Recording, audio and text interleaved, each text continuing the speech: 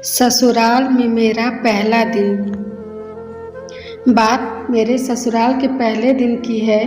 मेरी शादी 3 वर्ष पूर्व 28 फरवरी 2017 को हुई थी। हम लड़की वाले वृंदावन से कोलकाता शादी करने आए थे। शादी पूरी तरह से मारवाड़ी तरह से हुई। कोलकाता की शादी उत्तर भारत की शादी से बिल्कुल उलट होती है। उत्तर भारत में शादी शुरू ही रात 9 या 10 बजे से होती है।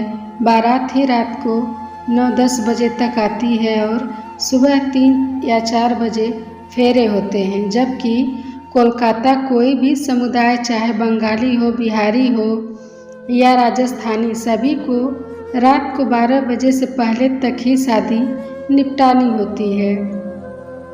शादी का हॉल या ग्राउंड की रात को 12 बजे तक ही होती है। शादी की रस्में होने के बाद रात को 1:30 बजे मेरी विदाई हो गई। अपने परिवार को छोड़ दूसरे परिवार को अपनाने के लिए मैं पिया के साथ ससुराल आ गई।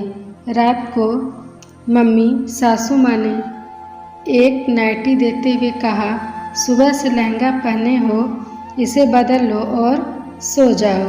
बहुत ज़्यादा थकी होने के कारण भी मुझे नींद भी नहीं आ रही थी। करीब 4 बजे मैं सो गई और फिर सुबह 6 बजे मैं उठ गई। नया माहौल होने के कारण, नए रिश्ते होने के कारण कुछ समझ में भी नहीं आ रहा था। मैं नहाकर जब आई तो मम्मी बोली, शादी का लहंगा दोबारा पहन लो। मैंने तैयार होने के लिए जैसे ही कॉस्मेटिक निकालने के लिए बैग मांगा, ससुराल में सभी मेरा बैग ढूंढने लगे पर बैग ही नहीं था। खैर, उस वक्त मेरे छोटे बैग में लिपस्टिक और काजल, कुछ हल्का फुल्का सामान था। काम चल गया। ससुराल में शादी का जोड़ा पहनकर मंदिर जाते हैं। हमें 2-3 मंदिर ले जाया गया। पूजा करके हम घर आ गए। मम्मी बोली, आज के दिन मायके की साड़ी पहनते हैं, पर घर आकर पड़ा बैग हाउस में ही छूट गया। इतने में मेरी मम्मी का भी फ़ोन आ गया कि तुम्हारे कपड़ों का बैग यहीं छूट गया। मेरे ससुराल की तरफ से चढ़ाई कुछ साड़ियाँ भी उसी बैग में थी। जो ससुराल में साड़ियाँ मेरे लिए चढ़ाई गई वो थे काली नीली थी, जो कि पहन नहीं सकते थे। वही गेस्ट हाउस भी ससुराल से काफ़ी दूर था। कौन जाता या आता, तब तक ताई चाचियाँ भी आ गई। अब मुझे लहंगा बदल कर साड़ी पहननी थी। ब्लाउज़ भी नहीं था। मेरी नंद ने लहंगे के ब्लाउज से मिलती हुई गोटा वर्क पीली साड़ी दी। साड़ी मेरे लहंगे के ब्लाउज से एकदम परफेक्ट कर रही थी। अब थी परेशानी, साड़ी कैसे पहनूं। साड़ी कंधे पर पिन अप कर ली, पर सामने की प्लेट कैसे बनेगी। सासू माँ ने प्लेट बना दी, पर वो भी नहीं पहना पाई। बहुत फिसलने वाला कपड़ा था। तब चाची सास ने मुझे साड़ी पहनाई। घर पर जब सब रिश्तेदार आ चुके थे, रस्में शुरू हुई। मुझे एक ऊंचे पाटे पर बैठाया गया। मारवाड़ी रस्म के अनुसार नंद ने मेरी चोटी बनाई। सासू माँ ने खाना खिलाया। अंगूठी खेलने की रस्म हुई और तीनों बार अपने पति को हराकर मैं जीती। शाम तक सभी रिश्तेदार जा चुके थे। मैं पग फेरे की रस्म के लिए अपने भाइयों का इंतज़ार कर रही थी।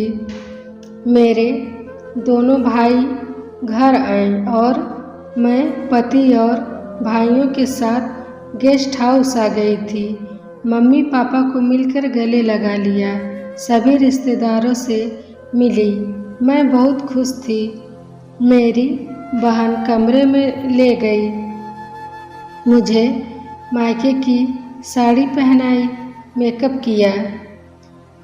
खाना पीने के बाद रस्मों को निपटा अब विदाई की बारी थी। मेरा दिल अब बैठा जा रहा था।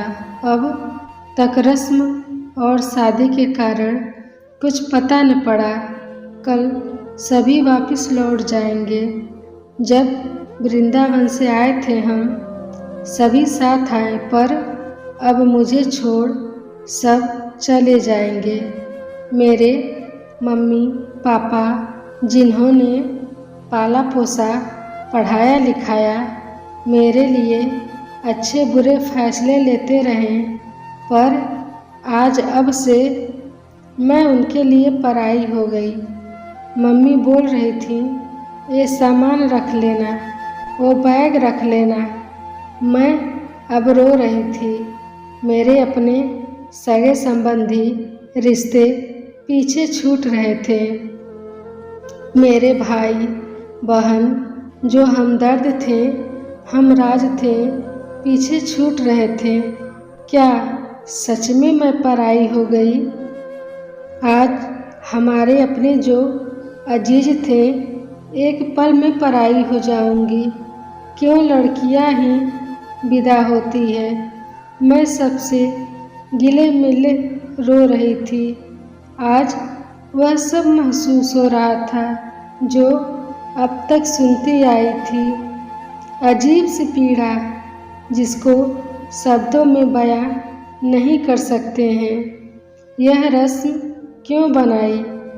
जब भी उस दिन को याद करती हूँ तो बस एक तरफ खुशी होती है कि जिस साथी का इंतज़ार था वह तो मिल गया, पर एक गहन पीड़ा जीवन के दाता बिछड़ रहे हैं। और फिर आ गई मैं अपने ससुराल।